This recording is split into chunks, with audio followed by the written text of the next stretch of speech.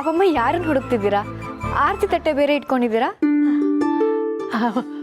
ಮಹೇಶಯ್ಯ ಅವರು ಹುಷಾರಾದ್ರಂತಲ್ಲ, ನಿನ್ನೆ ತುಳಸಿ ಅಮ್ಮವರು ಫೋನ್ ಮಾಡಿ ತಿಳಿಸಿದ್ರು. ಸುದ್ದಿ ಕೇಳಿದ್ಮೇಲೆ ಎಷ್ಟೊತ್ತಿಗೆ ಬೆಳಗಾಗತ್ತೋ ಅನ್ಸ್ತಾ ಇತ್ತು ನನಗೆ. ಹೌದು ಪಾಪಮ್ಮ, ಅಲ್ಲಿಗೆ ಹೋದ್ಮೇಲೆ ಚಿಕ್ಕ ಮಾವ ಹುಷಾರಾಗಬೇಕು ಅಂತ ಇತ್ತು ಅನ್ಸುತ್ತೆ. ಇರಿ ಪಪ್ಪಮ್ಮ, ಅವ್ರು ಬೇರೆ ಕಾರಲ್ಲಿ ಇದ್ದಾರೆ, ಇನ್ನೇನು ಬರ್ತಾರೆ. ಅದು ಸರಿ, ಏನು ಮನೆಯೆಲ್ಲ ಇಷ್ಟೊಂದು ಡೆಕೋರೇಟ್ ಆಗಿ ಹೋಗಿದೆ? ತುಳಸಿ ಅಮ್ಮವರು ನಿನ್ನೆ ಫೋನ್ ಮಾಡಿ ಹೇಳಿದ್ರು, ಇವತ್ತು ಸಂಕ್ರಾಂತಿ ಹಬ್ಬ ಬೇರೆ, ಮನೇಲಿ ಜೋರಾಗಿ ಆಚರಿಸೋಣ, ಅದಕ್ಕೆ ಮನೆಯೆಲ್ಲ ಅಲಂಕಾರ ಮಾಡಿಸಿ ಅಂತ. ನನಗೆ ತಿಳಿದ ಮಟ್ಟಿಗೆ ಮಾಡಿಸಿದ್ದೀನಿ. ಅಮ್ಮ, ಯಾವಾಗ ಇದನ್ನೆಲ್ಲ ಮಾಡಕ್ಕೆ ಹೇಳ್ಬಿಟ್ರಿ ನೀವು? ನನಗಂತೂ ಸಂಕ್ರಾಂತಿ ಅನ್ನೋದೇ ನೆನಪಿರ್ಲಿಲ್ಲ. ಹೌದಲ್ವಾ? Any how, happy Sankranti. Happy Sankranti.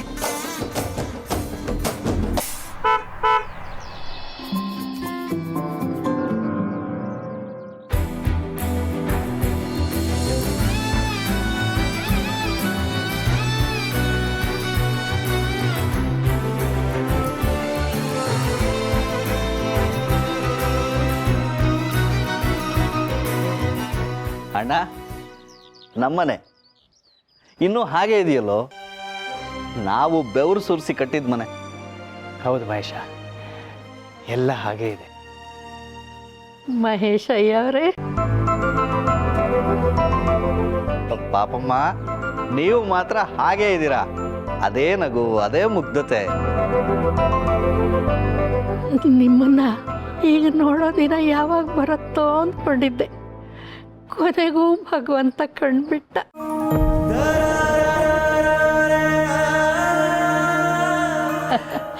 Papamma, ಎಲ್ಲ ತಯಾರಿಯಾಗಿದೆಯಾ? ಹೌದಮ್ಮವ್ರೆ, ನೀವು ಹೇಳ್ದಂಗೆ ಮನೆಯೆಲ್ಲ ಅಲಂಕಾರ ಮಾಡಿಸಿದ್ದೀನಿ. ಆರತಿ ತಟ್ಟೆನೂ ರೆಡಿ ಇದೆ. ಮಾಡಿ. ತಗೊಳ್ಳಿ, ಹಿಡ್ಕೊಳ್ಳಿ. ಅಯ್ಯೋ, ಇದೆಲ್ಲ ಯಾಕೆ? ಮಹೇಶ್ ಅವರೇ, ನೀವು ಹೀಗೆ ಹುಷಾರಾಗಿ ಬರಬೇಕು ಅಂತ ಈ ಮನೇಲಿ ಎಲ್ಲರೂ ಎಷ್ಟು ದೇವ್ರನ್ನ ಬೇಡ್ಕೊಂಡಿದ್ರು. ಇಷ್ಟು ವರ್ಷ ಪಾಪ ಪ್ರಜ್ಞೆಯಲ್ಲಿದ್ದ ಇಡೀ ಮನೆಗೆ ಇವತ್ತು ಜೀವ ಬಂದಾಗ ಆಗ್ತಾ ಇದೆ. ಸಂಕ್ರಾಂತಿ ದಿನಾನೇ ನೀವು ಹುಷಾರಾಗಿ ಮನೆಗೆ ಬರ್ತಾ ಇದ್ದೀರಾ, ಅದಕ್ಕೆ ಈ ಅಲಂಕಾರ ಎಲ್ಲ. ನೀವು ಅಲ್ಲಿದ್ದರೂ ಇದನ್ನೆಲ್ಲ ಯೋಚನೆ ಮಾಡ್ತಾ ಇದ್ದೀರಲ್ಲ ತುಳಸಿಯವರೇ.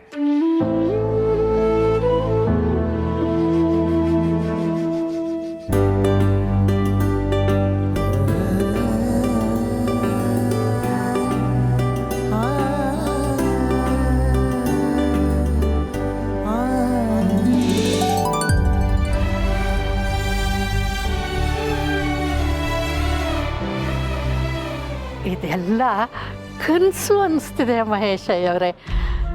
ನೀವು ಹುಷಾರಾದ್ರಿ ಅಂತ ಸುದ್ದಿ ತಿಳಿದವಾಗಿಂದ ನಿದ್ದೆನೂ ಮಾಡದೆ ನಾನು ಕಾಯ್ತಾ ಇದ್ದೆ. ನಾನು ಇಷ್ಟು ವರ್ಷದಿಂದ ಏನು ಗೊತ್ತಾಗದೆ ಮಲಗಿದ್ದೆ ಅಂದರೆ ನನಗೆ ನಂಬಕ್ಕಾಗ್ತಿಲ್ಲ ಪಾಪಮ್ಮ. ನೀವು ತಿಳ್ಕೊಳ್ಳೋದು ಇನ್ನೂ ತುಂಬ ಇದೆ. ಅಯ್ಯ, ಅವರಂತೂ ನೀವಿಲ್ಲದೆ ಅದೆಷ್ಟು ದುಃಖಪಟ್ಟರು.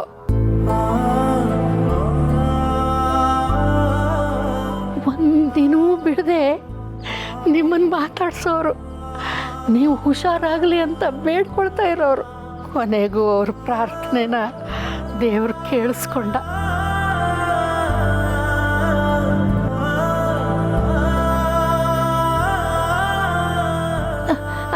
ನೀವಿಷ್ಟೇ ಜನ ಬಂದಿದ್ದೀರಾ? ಶಾರ್ವರಿ ಅಮ್ಮವರು. ಮಹೇಶ್ ಅವ್ರು ಹುಷಾರಾದ್ರೆ ನಂದಿಗಿರಿ ಹತ್ರ ಇರೋ ಕಾಳಿ ಗುಡಿನಲ್ಲಿ ಸ್ವಲ್ಪ ದಿನ ಅಲ್ಲೇ ಇದ್ದು ಸೇವೆ ಮಾಡ್ತೀನಿ ಅಂತ ಹರಕೆ ಹೊತ್ಕೊಂಡಿದ್ರಂತೆ. ಅದಕ್ಕೆ ಅವ್ರು ಅಲ್ಲೇ ಉಳ್ಕೊಂಡ್ರು. ಹರಕೆನಾ? ಮಹೇಶ್ ಅವ್ರನ್ನೂ ಕರ್ಕೊಂಡು ಹೋಗ್ತೀನಿ ಅಂದರು. ಆದರೆ ಮಹೇಶ್ ಅವರು ನಾನು ಮನೇಲಿ ನೋಡಲೇಬೇಕು ಅಂದಿದ್ದಕ್ಕೆ ನಾವು ಇವ್ರನ್ನ ಕರ್ಕೊಂಡು ಇಲ್ಲಿಗೆ ಬಂದ್ಬಿಟ್ವಿ. ಮತ್ತೆ ಇಷ್ಟು ವರ್ಷದ ಮೇಲೆ ಈ ಮನೆ ನೋಡ್ತಾ ಇದ್ದೀನಿ, ನಿಮ್ಮನ್ನು ನೋಡ್ತಾ ಇದ್ದೀನಿ, ಖುಷಿ ಆಗದೆ ಇರುತ್ತಾ? ಅದಕ್ಕೆ ನಾನು ಬಂದ್ಬಿಟ್ಟೆ. ಒಳ್ಳೆ ಕೆಲಸ ಮಾಡಿದ್ರಿ. ಬನ್ನಿ, ಬಲಗಾಲಿಟ್ಟು ಒಳಗೆ ಬನ್ನಿ. ಬನ್ನಿ.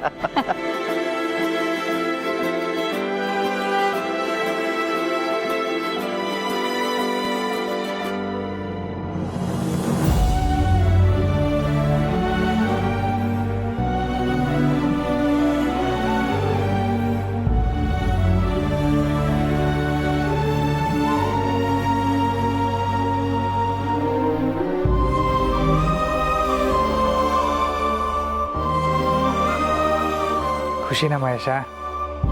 ಸಂಕ್ರಾಂತಿಗೆ ಈಗ ಕಳೆ ಬಂತು. ಸಂಕ್ರಾಂತಿ ಹಬ್ಬದ ಶುಭಾಶಯಗಳು. ನಿನಗೂ ಶುಭಾಶಯ.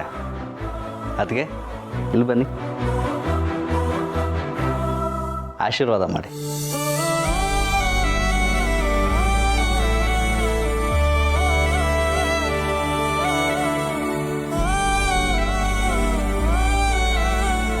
ನನಗೆ ಅಪ್ಪ ಅಮ್ಮನ ನೋಡಿದ ನೆನಪಿಲ್ಲ. ನನಗೆ ಬುದ್ಧಿ ಬಂದಾಗಿಂದ ಅಣ್ಣನೇ ಅಪ್ಪನ ಥರ ನೋಡ್ಕೊಂಡಿದ್ದು. ಈಗ ಹೊಸ ಜನ್ಮ ಬಂದಮೇಲೂ ಅವನೇ ನಂಗಪ್ಪ. ನೀವು ನನಗೆ ಅಮ್ಮ ಇದ್ದಾಗ.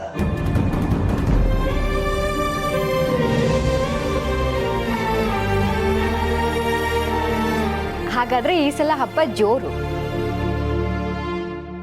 ಮತ್ತೆ ಚಿಕ್ಕಪ್ಪ ಬಂದಾದ್ಮೇಲೆ ಎಲ್ಲ ಜೋರು. ಅಭಿ ಮದ್ವೆನೋ. ನಾನಂತೂ ಹೇಗೆಲ್ಲ ರೆಡಿ ಆಗಬೇಕು ಅಂತ ಈಗಲಿಂದಾನೇ ಪ್ಲಾನ್ ಮಾಡ್ತಾ ಇದ್ದೀನಿ. I am just so excited you know. ಆಹಾ, ನಿನಗೆ ರೆಡಿ ಆಗೋದೊಂದು ಬಿಟ್ಟು ಬೇರೆ ಇನ್ನೇನು ಗೊತ್ತೇ ಇಲ್ಲ ಅಲ್ವಾ? ಚಿಕ್ಕಪ್ಪ, ನಿಮ್ಮ ಮಗಳು ನಂಬರ್ 1 ತರಲೆ. ಹೋಗ್ತಾ ಹೋಗ್ತಾ ನಿಮಗೆ ಗೊತ್ತಾಗುತ್ತೆ. ಮತ್ತೆ ನನ್ನ ಮಗಳು ಅಂದಮೇಲೆ ತರಲೆ ಮಾಡದೆ ಇರೋಕ್ಕಾಗತ್ತಾ? So sweet of you dad. ಮಕ್ಕಳು ತರಲೆಗೆ ನಂದು ಯಾವತ್ತು ಫುಲ್ ಸಪೋರ್ಟ್.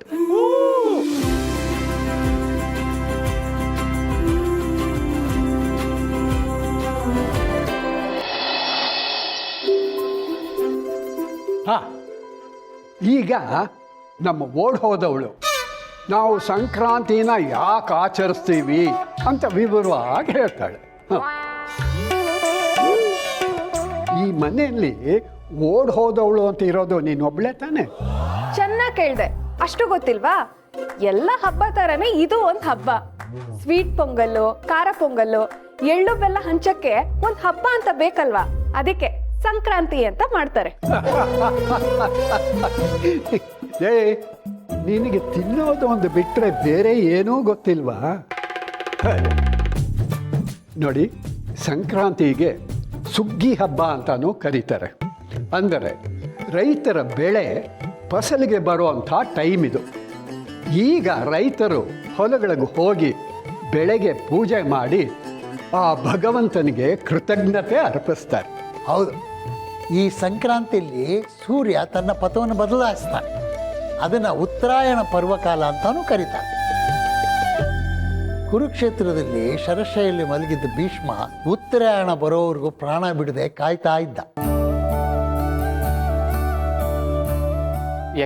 ಯಾಕೆ ಅಂದರೆ ದಕ್ಷಿಣಾಯನದಲ್ಲಿ ಸ್ವರ್ಗದ ಬಾಗಿಲು ತೆಗೆದಿರುತ್ತೆ ಅನ್ನೋ ನಂಬಿಕೆ. ಬೀಗ್ರೆ, ಅದು ಉತ್ತರಾಯಣ, ದಕ್ಷಿಣಾಯನ ಅಲ್ಲ. ಹೌದೌದು, ನಾನು ಮರೆತು ಬಿಟ್ಟಿದ್ದೆ. ಹಾಗಾದ್ರೆ ಅವನು ಅಷ್ಟು ದಿನ ಜೀವ ಇಟ್ಕೊಂಡು ಹೇಗಿದ್ದ? ಅದೇಗ್ ಸಾಧ್ಯ? ಭೀಷ್ಮ ಇಚ್ಛಾಮರಣಿ ಅಲ್ವಾ, ಅವನಿಗೆ ವರ ಇರತ್ತೆ. ಅವನು ಯಾವಾಗ ಬಯಸ್ತಾನೋ ಅವಾಗ ಸಾಯ್ಬೋದು ಅಂತ. ನಮ್ಮ ಸೋಗಲಾಡಿ ಕರೆಕ್ಟಾಗಿ ಹೇಳಿದಾಳೆ. ಅವಳಿಗಿರೋ ಜ್ಞಾನದಲ್ಲಿ ಸಾಸಿವೆ ಅಷ್ಟಾದರೂ ಬೇರೆ ಯಾರಿಗಾದ್ರೂ ಇದ್ದಿದ್ರೆ ಅವ್ರು ಎಲ್ಲೋ ಇರ್ತಿದ್ರು. ತಾತ, ಈಗೇನು ಇವಳು ಕಾಲನ್ನ ಎಳಿತಾನೆ ಇರ್ತಿರೋ ಅಥವಾ ಎಳ್ಳು ಬೆಲ್ಲ ಕೊಡಕ್ಕೆ ಪರ್ಮಿಷನ್ ಕೊಡ್ತಿರೋ? ಅಯ್ಯೋಯ್ಯೋ, ಅದಿಲ್ಲದೆ ಸಂಕ್ರಾಂತಿ ಹಬ್ಬ ಆಗತ್ತಾ? ಹೋಗು ಸೋಗಲಾಡಿ, ಹೋಗಿ ಎಲ್ರಿಗೂ ಎಳ್ಳು ಬೆಲ್ಲ ತಗೊಂಡು ಬಾ. ಓಡ್ ಹೋದವಳೆ, ಎಳ್ಳು ಬೆಲ್ಲ ತಿಂದಾದ್ರೂ ಒಳ್ಳೆ ಮಾತಾಡು, ಒಳ್ಳೆ ಕೆಲಸ ಮಾಡು. ಗುರುಗಳೇ, ನನಗೆ ನಿಮ್ಮ ಆಶೀರ್ವಾದ ಬೇಕು. ಹೊಸ ಕೆಲಸ, ಹೊಸ ಕನಸು. ನಿಮ್ಮ ಆಶೀರ್ವಾದ ಇರಲಿ. ನಿನ್ನ ಹೊಸ ಹೆಜ್ಜೆಗೆ ಶುಭವಾಗಲಿ.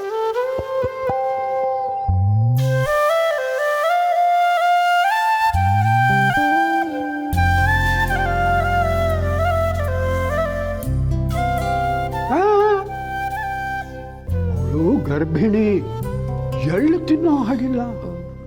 ಸರಿ, ಹಾಗಿದ್ರೆ ಬೆಲ್ಲತ್ತು.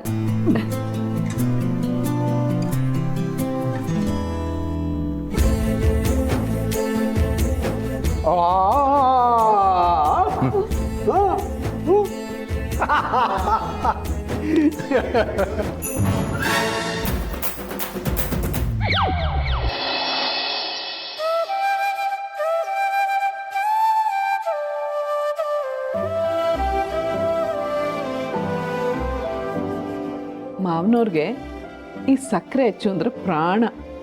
ಅವ್ರಿಗೆ ಶುಗರ್ ಜಾಸ್ತಿ ಆಗತ್ತೆ ಅಂತ ನಾನು ಬಚ್ಚಿಡ್ತಾ ಇದ್ದೆ. ಈ ಅಕ್ಕಪಕ್ಕದ ಮನೆಯವರು ಎಳ್ಬೀರಾಗ ಬಂದಾಗ ಕೊಡೋರಲ್ಲ, ಅದನ್ನೆಲ್ಲ ತಿನ್ಬಿಡೋರು. ದತ್ತ ಯಾವತ್ತಾದ್ರೂ ಸೋತಿದ್ದುಂಟೆ? ನಿಜ ಹೇಳಬೇಕು ಅಂದರೆ ನಮ್ಮ ಮಹೇಶಂಗೂ ಸಕ್ಕರೆ ಹಚ್ಚಂದ್ರೆ ತುಂಬ ಇಷ್ಟ. ಇಷ್ಟು ವರ್ಷ ಸಂಕ್ರಾಂತಿಲಿ ಸಕ್ಕರೆ ಹಚ್ಚಿ ಮಾಡೋವಾಗೆಲ್ಲ ಅವನು ತಿನ್ನೋ ಸ್ಥಿತಿಲಿ ಇಲ್ವಲ್ಲ ಅಂತ ಬೇಜಾರು ಮಾಡ್ಕೊಂಡು ಮಾಡ್ತಿದ್ದೆ. ಆದರೆ ಈ ವರ್ಷ ಅವನಿಗೆ ಎಷ್ಟು ಬೇಕೋ ಅಷ್ಟು ಮಾಡ್ಬೋದು. ಅವನು ಚಿಕ್ಕವನಿದ್ದಾಗ ಸಕ್ಕರೆ ಹೆಚ್ಚನ್ನ ಕದ್ದು ಬಚ್ಚಿಟ್ಕೊಳ್ಳೋನು, ಒಂದು ವಾರ ಇಡೀ ಅದನ್ನು ತಿಂತಾ ಕೂತ್ಕೊಳ್ಳೋನು. ಒಂದ್ಸಲ ಏನು ಮಾಡ್ದ ಅಂದರೆ ಸಕ್ಕರೆ ಹೆಚ್ಚನ್ನ ಯಾರಿಗೂ ಸಿಗಬಾರ್ದು ಅಂತ ಬೀರುಲಿ ಬಚ್ಚಿಟ್ಟಿದ್ದ. ಬೀರು ತುಂಬ ಇರುವೆ. ನಮಗೆ ಡೌಟ್ ಬಂದು ನೋಡಿದಾಗ 3-4 ಸಕ್ಕರೆ ಹೆಚ್ಚು ಅಲ್ಲಲ್ಲಿ ಬಚ್ಚಿಟ್ಟಿದ್ದ. ನಾನು ಅಲ್ಲೇ ಇಟ್ಟಿದ್ದೀನಿ ಅಂತ ಆ ಇರುವೆಗಳಿಗೆ ಹೇಗೆ ಗೊತ್ತಾಯ್ತು ಅಂತ ಒಂದು ದಿನ ಇಡೀ ತಲೆ ಕೆಡ್ಸ್ಕೊಂಡು ಕೂತ್ಕೊಂಡಿದ್ದ. ಅಯ್ಯೋ ದೇವ್ರೆ, ಎಷ್ಟು ಮುಗ್ಧ ಮನಸ್ಸಲ್ವಾ. ಅವನು ಈಗಲೂ ಹಾಗೇನೆ, ಆದರೆ ನನಗಿಂತ ಬುದ್ಧಿವಂತ. ನಂತರ ಎಲ್ರೂ ನಂಬಲ್ಲ, ನಂತರ ತೀರಾ ಇಮೋಷ್ನಲ್ಲೂ ಅಲ್ಲ. ಯಾವುದನ್ನು ಪ್ರಾಕ್ಟಿಕಲ್ ಆಗಿ ನೋಡಬೇಕು ನೋಡ್ತಾನೆ. ನೀವಾಗಲೇ ಒಂದಿಷ್ಟು ಸಕ್ಕರೆ ಹೆಚ್ಚು ಮಾಡಿಟ್ರಲ್ಲ, ಏನು ಮಾಡಿದ್ರಿ ತೋರಿಸಿ.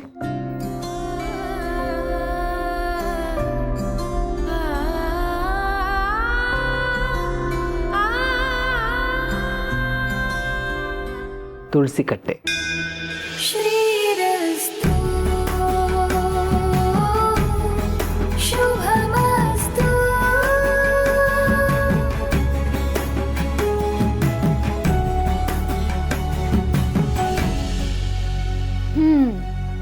ನೋಡಿದ್ರಮ್ಮ, ಮಾವನ್ಗೆ ಯಾವ ಕೆಲಸ ಮಾಡ್ಬೇಕಾದ್ರೂ ನಿಮ್ದೇ ನೆನಪು, ಅದಕ್ಕೆ ತುಳಸಿ ಕಟ್ಟೆ ಮಾಡಿದ್ದಾರೆ. ಪೂರ್ಣಿ, ಹಬ್ಬದ ದಿನ ನೋ ತರ್ಲೇನಾ? ಏನು ಹಾಗಂದ್ರೆ? ಅಂದ್ರೆ ಪುಣ್ಯ ರೀ, ಏನ್ ಬೇಕಿತ್ತು? ನೀನು ಹಾ, ಐ ಮೀನ್ ನಿನ್ನ ಹುಡ್ಕೊ ಬಂದೆ. ಸರಿ ಬನ್ನಿ, ನೀವು ಸಕ್ಕರೆ ಹೆಚ್ಚು ಮಾಡೋರಂತೆ. ನನಗಿದೆಲ್ಲ ಅಭ್ಯಾಸ ಇಲ್ಲ. ಅಭ್ಯಾಸ ಮಾಡ್ಕೊಳ್ಳಿ, ಚಿಕ್ಕ ಮಾವ ಹುಷಾರಾಗಿದ್ದಾರಲ್ಲ ಆ ಖುಷಿಗೆ. ಚಿಕ್ಕ ಮಾವ ಬಿದ್ದಾಗ ಅವ್ರನ್ನ ಬೀಳ್ಸಿದ್ದು ಅಮ್ಮನೇ ಅಂತ ಎಲ್ಲರೂ ಅಮ್ಮನ್ ಬೈತಿದ್ರಿ. ನಿಜ ಹೇಳ್ಬೇಕು ಅಂದ್ರೆ ಚಿಕ್ಕ ಮಾವ ಹುಷಾರಾಗಿದ್ದೆ ಅಮ್ಮನಿಂದ.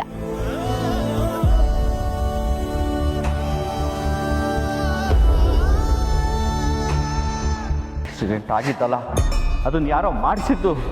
ಯಾರೋ ಮಾಡಿಸಿದ ಅಂಥವ್ರು ಯಾರಿದ್ದಾರೆ? ಯಾಕೆ ಮಾಡಿಸ್ತಾರೆ? ಅದು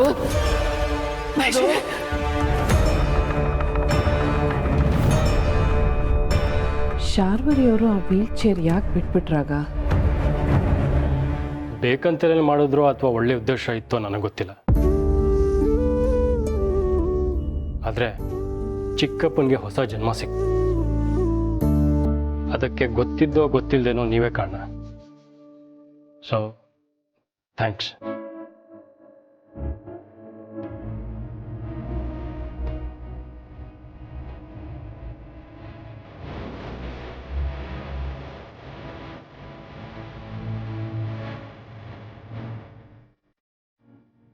ನೋಡಿದ್ರ ಮಾವ ನಿಮ್ಮ ಮಗನ್ನ?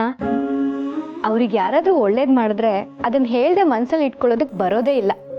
ಅದಕ್ಕೆ ನನ್ನನ್ನು ಹುಡ್ಕೊಂಡು ಬರೋ ನೆಪ ಮಾಡ್ಕೊಂಡು ನಿಮಗೆ ಥ್ಯಾಂಕ್ಸ್ ಹೇಳಿದ್ರು. ಥೇಟ್ ನಿಮ್ಮ ಥರನೇ. ಏನೋ ಒಳ್ಳೆತನ ಯಾವಾಗಲೂ ಗೆಲ್ಲುತ್ತೆ ಅಂತ ಹೇಳ್ತಾರಲ್ಲ, ಅದು ನಿಜ. ತುಳಸಿಯವರೇ, ನಿಮಗೆ ನಾನು ಯಾವ್ಯಾವುದಕ್ಕೆ ಥ್ಯಾಂಕ್ಸ್ ಹೇಳಬೇಕು ಗೊತ್ತಾಗ್ತಿಲ್ಲ.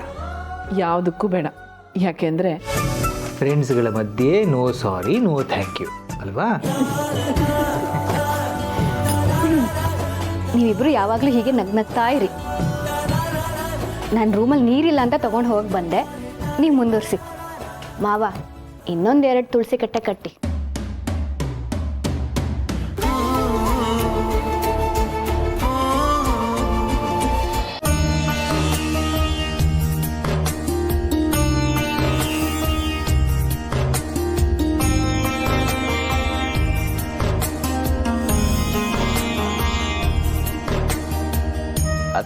ಬನ್ನಿ ಪೂಜೆ ಮಾಡಿ.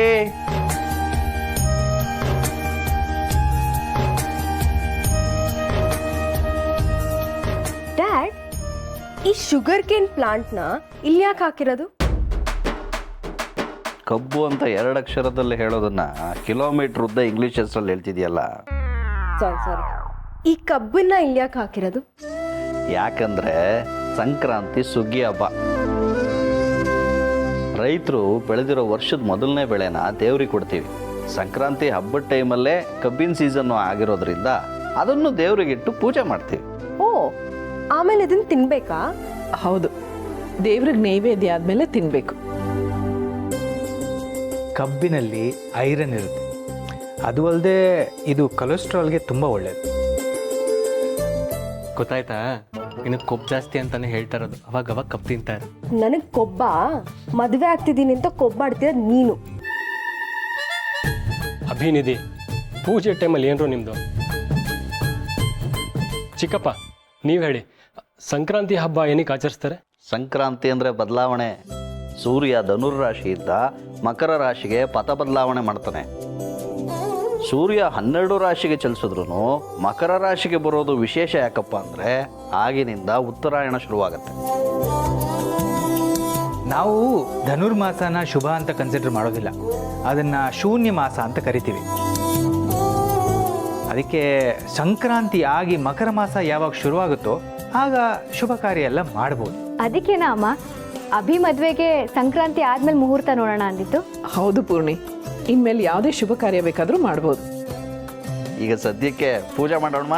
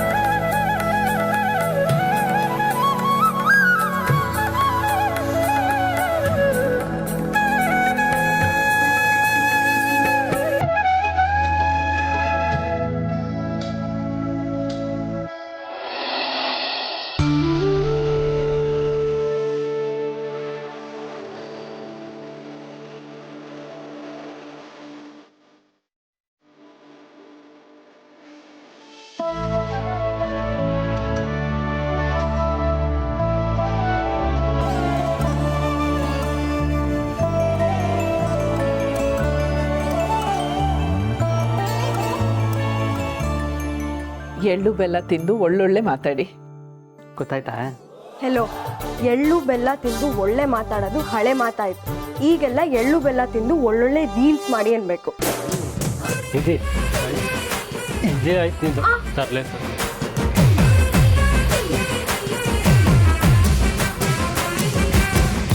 ಈಗ ಎಲ್ಲರೂ ಈ ಕಬ್ಬನ್ನ ತಿನ್ನಬೇಕು. ವಾಟ್?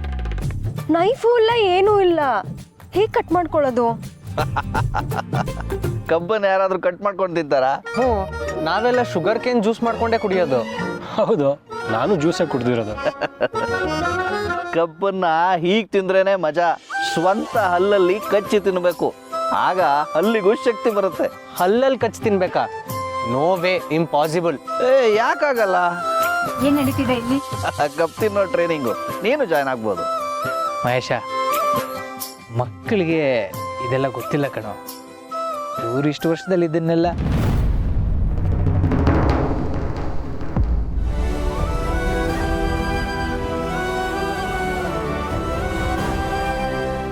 ನಿನ್ನೆಯಿಂದ ನೋಡ್ತಿದ್ದೀನಿ. ಇವರಿಬ್ಬರು ಅಣ್ಣನ ಹತ್ರ ಮಾತೇ ಆಡ್ತಿಲ್ವಲ್ಲ. ಅಣ್ಣನಿಂದ ಅವನ ಮಕ್ಕಳು ದೂರ ಆಗ್ಬಿಟ್ಟಿದಾರ ಅಂತ.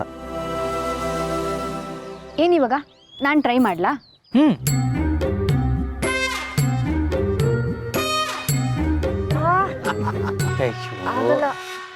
ಇದಕ್ಕೆಲ್ಲ ನಾನು ಮಹೇಶನೇ ಸರಿ. ರೆಡಿನಾ ಮಹೇಶ? ಮೊದಲೆಲ್ಲ ನಾವು ಯಾರು ಜಾಸ್ತಿ ಕಪ್ ತಿಂತಾರೆ ಅಂತ ಕಾಂಪಿಟೇಷನ್ ಮಾಡ್ತಿದ್ವಿ. ಅಂದ್ರೇನು ಇವತ್ತು ಕಾಂಪಿಟೇಷನಾ?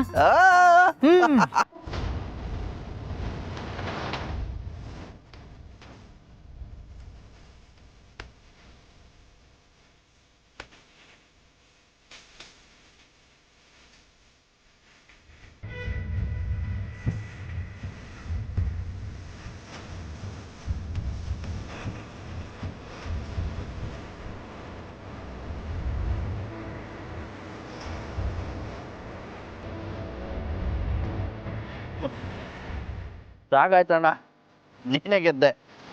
ಸುಳ್ಳು. ನೀನು ಆಗೆಲ್ಲ ಈ ಥರದ್ದು 4 ಪೀಸ್ ತಿಂತಾ ಇರ್ಲಿಲ್ವಾ? ಈಗ ಆಗ್ತಿಲ್ಲ ಅಣ್ಣ.